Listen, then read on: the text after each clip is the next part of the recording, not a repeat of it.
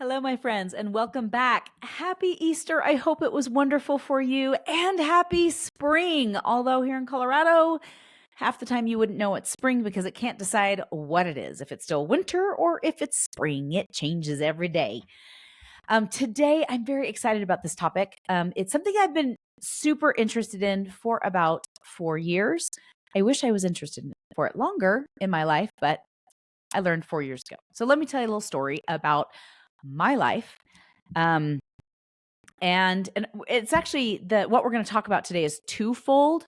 But the first part involves my life very specifically. So 4 years ago, when everything started shutting down, I had just started a new eating plan. I've struggled with weight almost my whole life. And so I started this new eating plan and I was feeling really good. And my friend posted a walking challenge. And she said, I'm doing this for 30 days. Why don't you join me on this walking challenge? We're going to do 2 miles a day for 30 days. And I thought I could do that for 30 days, right? And at the time, the farthest I was walking was like to my mailbox, which was not very far.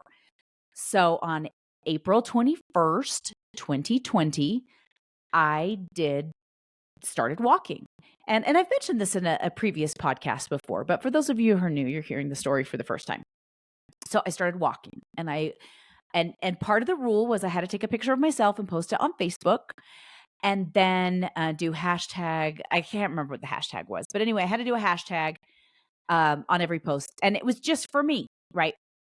So I did it. I walked 2 miles a day for 30 days. And it was really funny. The first couple of weeks I was walking and I didn't actually measure it. And then one day, 2 weeks in, I decided I was going to measure how far I was walking. And I found out I was walking closer to 5 miles than 2 miles.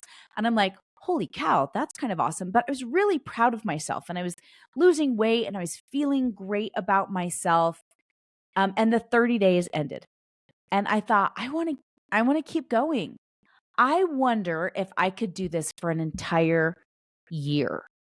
Could I challenge myself to doing an entire year and just post every day, and that will be my accountability. I'll post a picture every day of me walking. And sometimes I wouldn't post for a few days, and then I'd post like all of the days that I walked, to like the pictures from each day. And so I did. I started posting and I was walking 2 miles a day for 365 days. Now, the funny thing that happened was I didn't realize how many people were watching me. I didn't compute that until I started having people reach out to me saying, "Oh my gosh, you've inspired me," and blah, blah, blah. And I guess, a fat lady walking every day is inspiring. But people were asking me like, could you challenge me to do this? So I'm like, okay, walk 2 miles a day, 30 days. The other thing, so when I started the initial 30-day challenge, I was trying to lose weight and, but I knew if I walked for exercise that I'd have a really hard time with it. I know that sounds really terrible, but it's true. Mentally, if I was walking for exercise, I'd be like, I just can't pull myself to doing this. So about the same time as I saw the initial 30-day challenge, there's this lady I know from church and she's super fit and she, works at the fitness club and she does Pilates and she's a Pilates instructor and a Zumba instructor and all the instructors, strength training and all the things. She does it all. And she's totally fit. So I called her up and we're acquaintances. I wouldn't say we're good friends by any stretch of the imagination, but I said, "Hey, talk to me about what you do. Like if I wanted to look like you, what would I need to do?" And she's like, "Well, this is, eating." And then, and I said, "So how much do you exercise in a day? Are you, doing hours and hours?" And she's like, "Actually, no. I spend most of the time strength training, but I actually exercise for my brain." I'm like, "Yeah, I've seen you running in our neighborhood." And she said, "Yeah, I do that for me, just for my brain. Like that's why I exercise. And I run just because it's quiet. I can think, I can listen to a podcast, or I can listen to an audiobook, or I can pray or whatever. It's my time for me, and that's what I do. And so then, the walking challenge happened, and I made a decision that I wasn't going to push myself to like speed walk, because I didn't want to. I decided I wanted to do it for my brain, for my mental health. That's why I was going to do this challenge. Like that's what was in my head, because I thought the second I say I'm going to do this for exercise, I'm going to get my heart rate to a certain level, I knew I would give up, just because I know how much willpower I lack, which is terrible, but it is what it is. I know myself well enough. And so I did. And then I continued on with the 365-day challenge. And by the end of the challenge, a lot of people were reaching out to me. And even a family member on my husband's side, who I'm not even close to, reached out and said, I get on Facebook every day to see if you walked today. He said, I look at it every day. And then another a couple, and they're in their 70s, and they said, we get on Facebook every single day to see if you walked. No pressure there, right? I'm like, what? Oh my gosh. There's other reasons to get on Facebook than watching to see if I walked. But I was like, what the heck? And so my husband's like, people are talking to me about your walking. And people have said to me that you've inspired them to walk. And I'm like, what the heck? I am a very uninspiring human being, right? Like, so I found it really fascinating, the response that I got. But that's not why I was doing it in the first place. Like, I was doing it for me, and I wasn't even doing it to try to lose weight. I was doing it just for my brain, and just to see if I could do something kind of hard.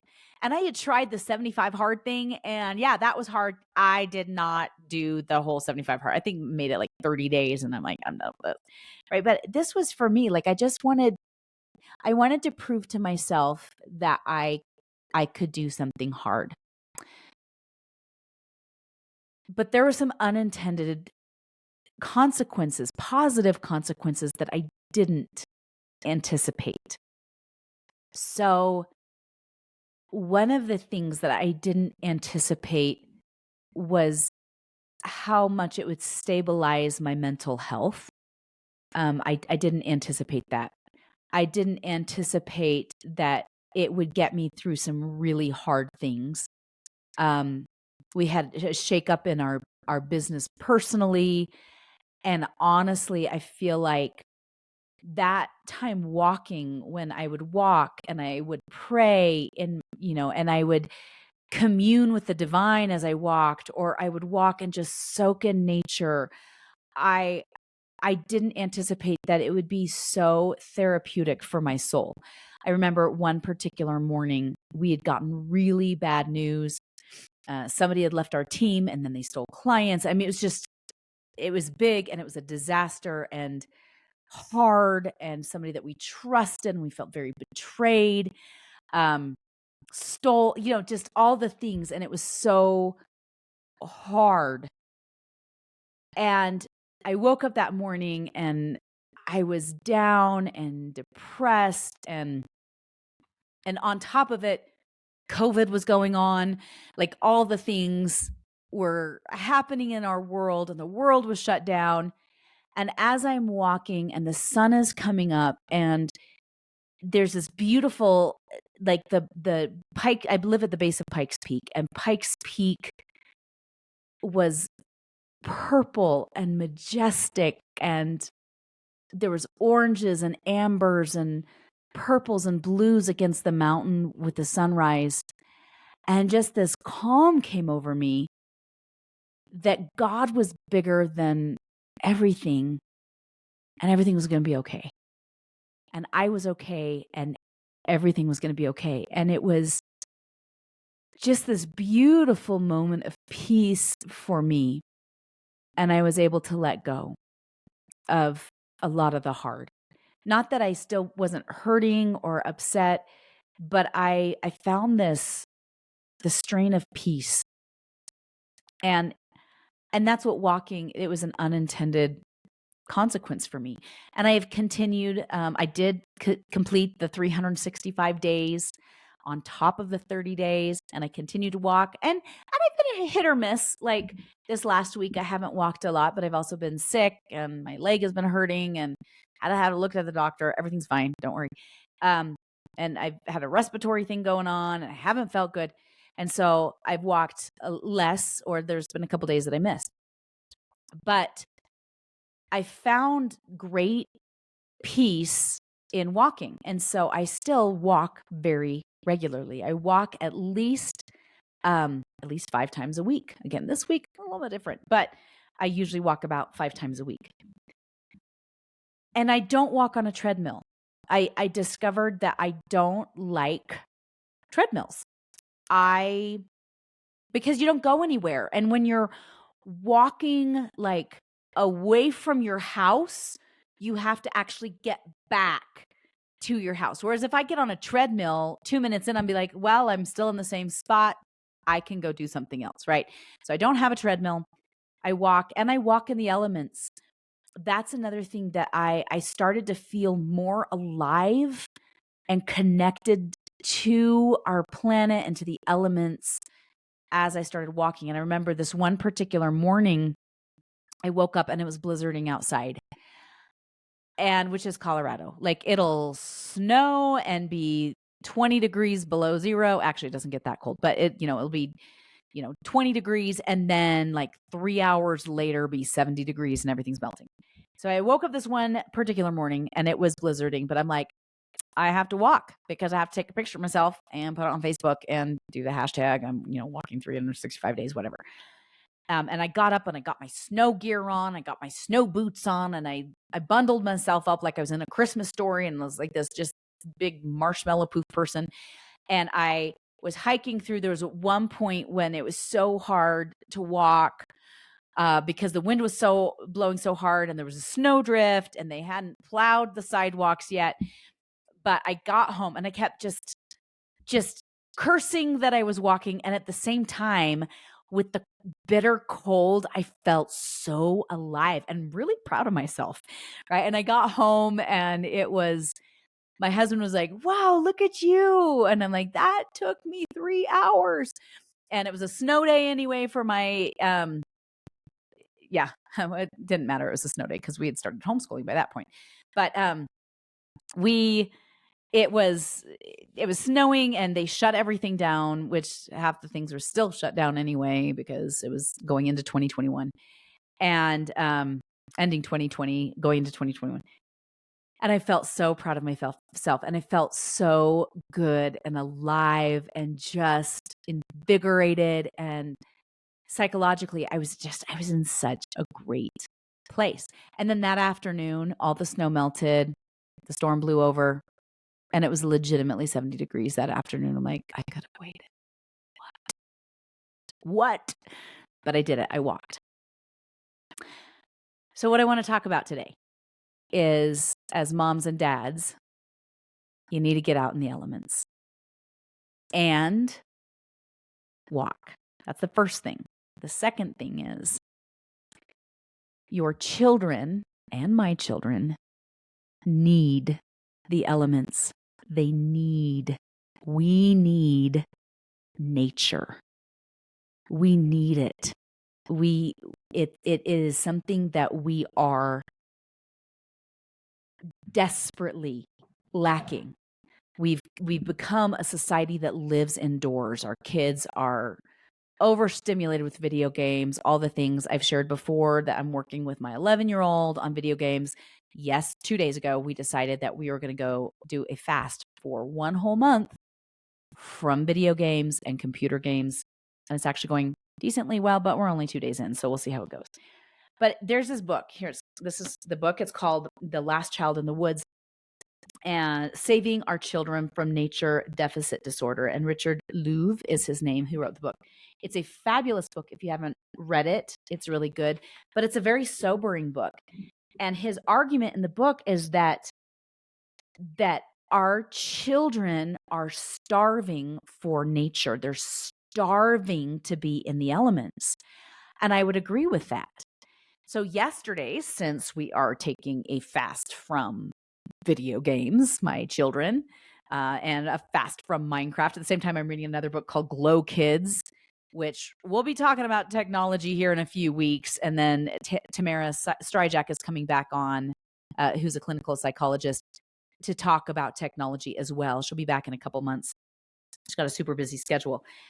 But it's interesting because as we see a rise in the technology, we also see a rise in cortisol in children. We see a rise in ADD, ADHD, anxiety, depression, all these things. And the arguments that he makes in The Last Child in the Woods is that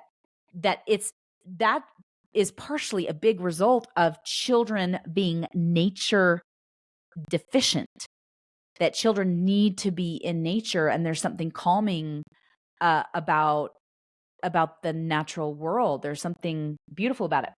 In Japan, they have this practice called, I'm going to read this to you. It's called forest bathing, or Shinrin Yoku.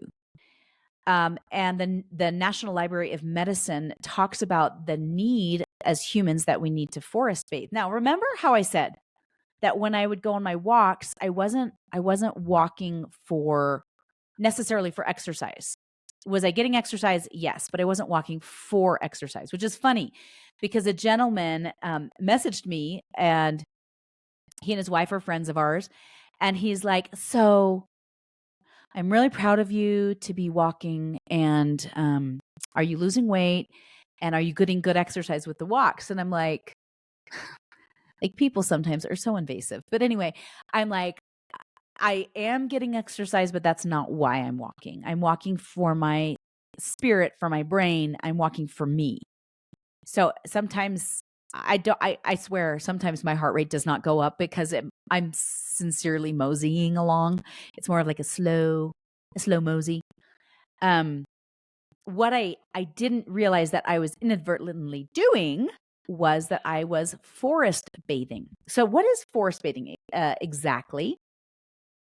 So this is what it says. Let's see.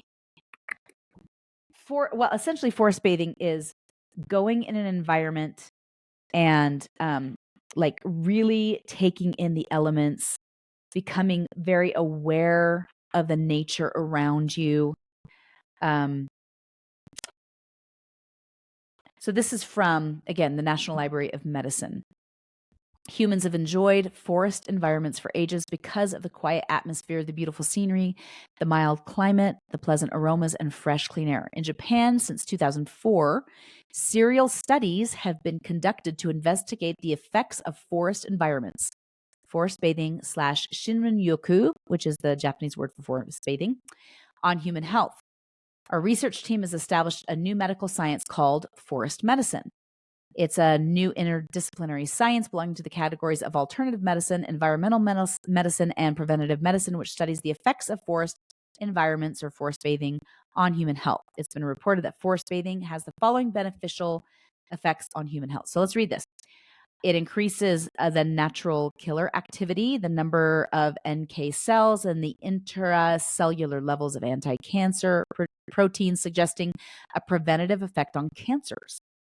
It reduces blood pressure and heart rate, showing preventative effect on hypertension and heart diseases. It reduces stress hormones such as urinary adrenaline and noradrenaline and salivary serum cortisol, contributing to stress management.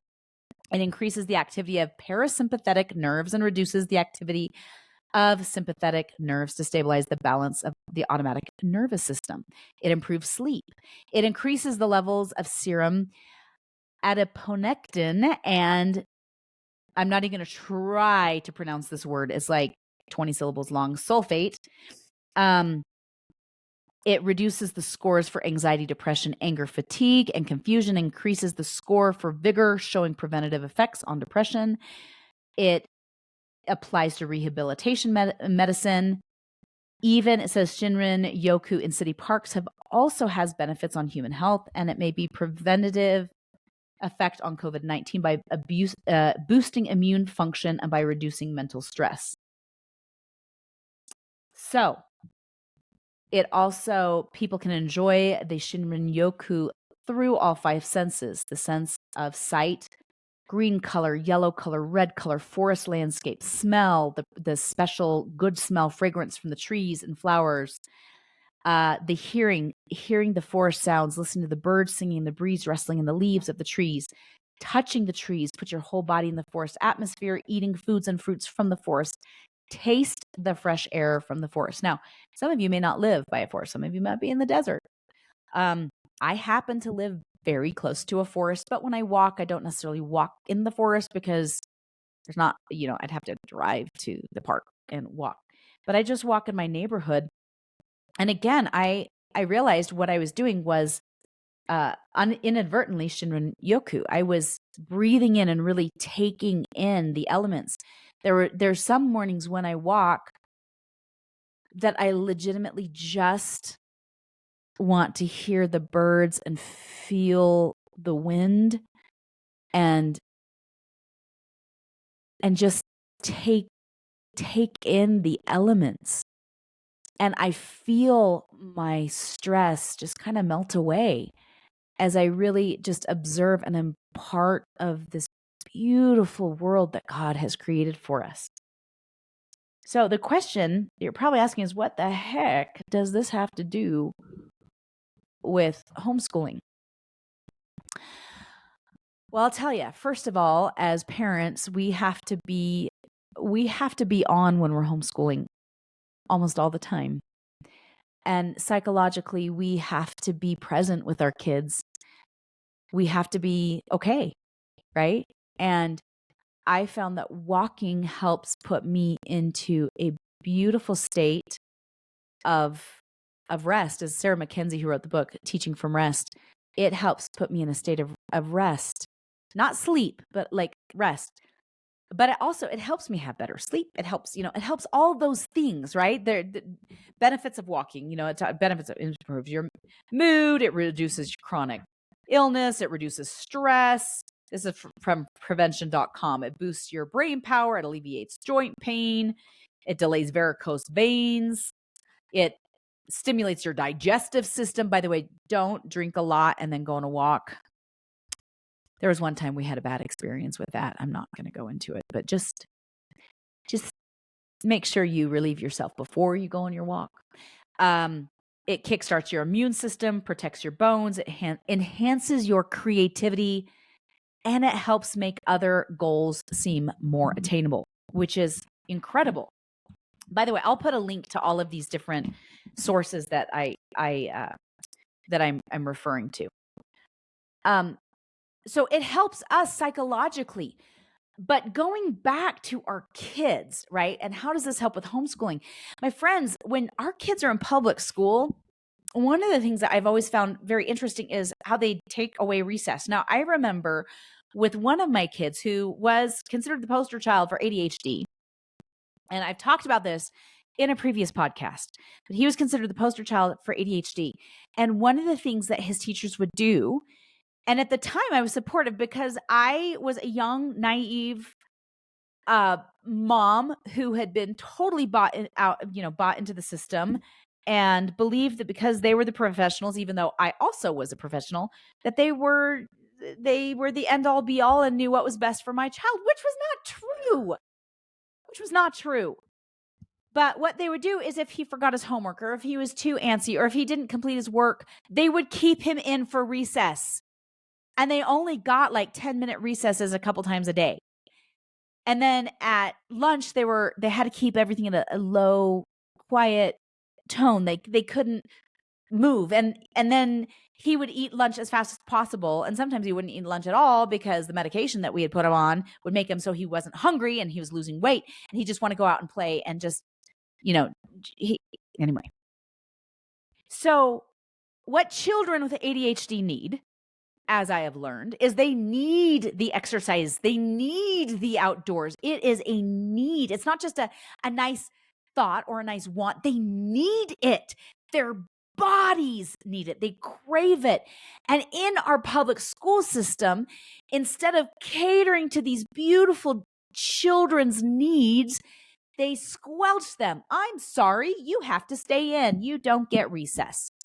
You have to stay in. Or here's your 2 seconds of recess, when they need to be moving. Their bodies need the element. They need the forest bathing, right? And then you look at the playgrounds and they don't look much different than a prison yard. I was driving past my kids' old school and I'm like, holy cow, it really does look like a prison yard. It's like cement and then a couple playscapes and then inside, like, and hardly any windows in the building. It looks like a prison. Again, it was modeled after a prison, so not a shock there. But our kids need the outdoors, and they are nature. They have nature. Our kids have nature deficit disorder, as the author Richard Louv says. Okay, this is an article, Nurtured by Nature. Okay, so first of all, you as parents, I'm encouraging you to walk, and I'm going to issue you a challenge here towards the end here in a few minutes. And I want you to join me in the challenge, and I'm very excited about it. I'll be putting it on Facebook too, and in the Facebook group, but I'll get to that in a second. So number one, as parents, you need nature and walk. It's so good for you. It's so good. It feels so good. And you don't even have to walk fast. Again, I'm mosey. Somebody wanted to go walking with, actually lots of people have asked to go walking with me. And I don't love walking with people because I'm the slowest walker. And when people walk with me, they speed walk. And then I'm like, oh my gosh, right? I much prefer just really slow moseying. Okay. American Psychological Association, Nurtured by Nature. Her whole contention in this article is that people, particularly children, need more time outside. They need more time outside. And she says, here's a couple of things. Experiments have found that being exposed to natural environments improves working memory, cognitive flexibility, attention control, while exposure to urban environments is linked to attention deficits. She goes on to talk about the truth may be a combination of factors. Stress reduction and attention restoration are related. And because of the societal problems we're dealing with in terms of stress, both of these theories have gotten a lot of attention from researchers. Experimental findings show how impressive nature's healing powers can be. Just a few moments of green can perk up a tired brain. In one example, Australian researchers asked students to engage in a dull, attention-draining task in which they pressed a computer key when certain numbers flashed on a screen. Students who looked out at a flowering green roof for 40 seconds midway through the task made significantly fewer mistakes than students who paused for 40 seconds to gaze at a concrete rooftop. They go on and they talk about the sounds of nature may be recuperative. Participants who listen to nature sounds like crickets chirping and waves crashing perform better on demanding cognitive tests than those who listen to urban sounds like traffic and the clatter of a busy cafe. She goes on and on. I will link this study and this article for you. Again, the study is called Nurtured by Nature. She goes on to talk about how nature affects us psychologically, how it affects our mood, how it affects our connection and our ability to connect. And it's several pages long, right? The key points, the key takeaway are spending time in nature is linked both to cognitive benefits and improvements in mood, mental health, and emotional well-being. Number two, feeling connected to nature can produce similar benefits to well-being regardless of how much time one spends outdoors. Number three, both green spaces and blue spaces, aquatic environments, meaning, produce well-being benefits. More remote and biodiverse spaces can be particularly helpful, though even urban parks and trees can lead to positive outcomes. It's the same research as they found in Japan with Shinrin Roku. Did I say Shinrin Yoku? With Shinrin Yoku, right? The forest bathing, right? This idea that we need nature. And what a beautiful world that God has given us, that we can go and feel his spirit. There is this gorgeous poem by Elizabeth Barrett Browning. It goes like this, one of my favorite poems. It goes, "Earth's crammed with heaven, and every common bush afire with God, but only he who sees takes off his shoes. The rest sit round and pluck blackberries." It's Elizabeth Barrett Browning. My friends, your children need nature. My children need nature. You need nature just as much as your kids do. You need to walk just as much as your kids do. There's this power that comes from it. Yesterday, like I said, we're taking a technology fast. I'm still letting my kids watch a show here and there, but I'm like tight controls on it. We watched a movie as a family last night, but video games, computer games, like I'm like, 1 month, we're not, you don't get them, period, the end. And they've tried. They've been like, well, so-and-so was visiting. Could I? I'm like, no, but what if? I'm like, no, you can't. This is what we're doing. Yesterday, we decided to walk to the park. My two youngest and I, my two oldest, had been invited to this homeschooling thing by a friend. And so they went and they were doing that. And my husband was working, 22-year-old was working. And so, and of course, my 25-year-old lives in a different state and has a wife and a family and a full-time job. But so we walked to the park. Actually, what happened is my younger daughter got really mad at me because my 11-year-old and I were playing a board game, and then she got mad and she's like, "I'm leaving." And I'm like, whatever. I'm like, fine, you go. And usually when she says she's leaving, she actually just goes into the front courtyard and then comes back in a few minutes later. But she didn't come back in. So after a few minutes, we finished the game and we were planning. I had mentioned, I'm like, why don't we take a walk? We'll walk to the park. And then there's an ice cream store not very far from the park. What if we walk to the ice cream shop? And so I had mentioned that. Then we started playing the board game. My daughter got mad. She left. But she didn't come back. So I'm like, I started getting a little bit worried. And I tried not to be a helicopter parent. I tried to be somewhat of a free range parent. So my son and I start walking. We go ahead and walk to the park, which is not super far from our house. It's maybe a quarter of a mile, about three quarters of a mile. And there she is. She's playing on the swing set, and she was very proud of herself, having walked to the park by herself. Now, some of you might be like, "Oh my gosh, kidnappers." I'm trying to give my kids a little bit more freedom, and it was not miles from our house. It was pretty close. So I do have a friend will not let her 12-year-old sons walk to the park because she's worried about kidnappers, which is totally fine, right? I get that. Every parent's a little bit different, but I'm trying to be a little bit more free range. And we don't have a high rate of kidnapping in our neighborhood. We just don't. I'm sure I'm going to get messages. I get some funny messages, so I'm sure I'm going to get messages. Anyway, we ended up spending quite a bit of time there, and then we walked to the ice cream store. And we got a little bit of ice cream. I can't eat much ice cream without getting sick to my stomach, but my kids each got a scoop. And then we walked back to the park, and I showed my kids a little trick, which I didn't realize. Like we take for granted our own experience sometimes. I picked up a rock and I drew a hopscotch board with the rock, and my kids are like, "You can do that?" And I thought, shoot, my kids do not spend enough time outside.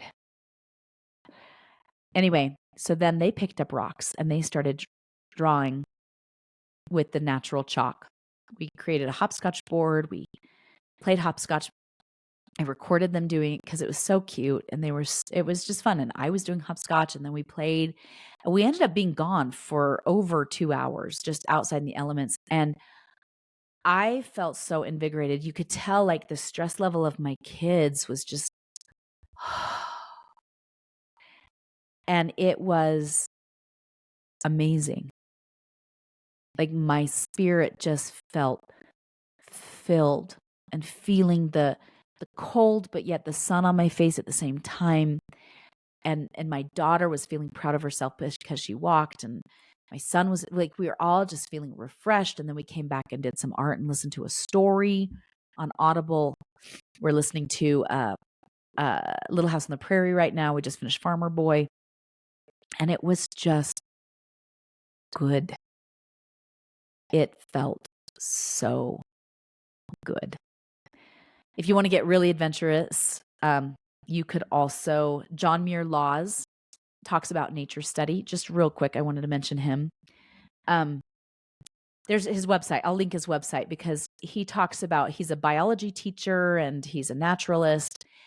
And in one of his videos, one of his YouTube videos, he talked about how some of his college biology students weren't able to make some of the connections that they needed in biology. And he realized that what they were lacking was the patience that like nature journaling and studying nature brings. That a lot of these kids went to public school and learned biology, but they didn't learn to really observe.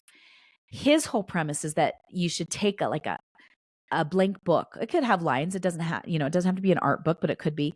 And you sketch nature and then you write about the nature. It's called nature journaling, if you've never heard that term before.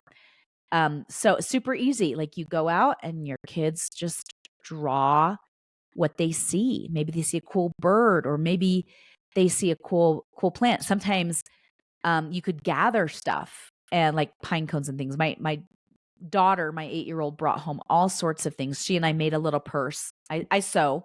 So I had made her a little purse. She made it with me.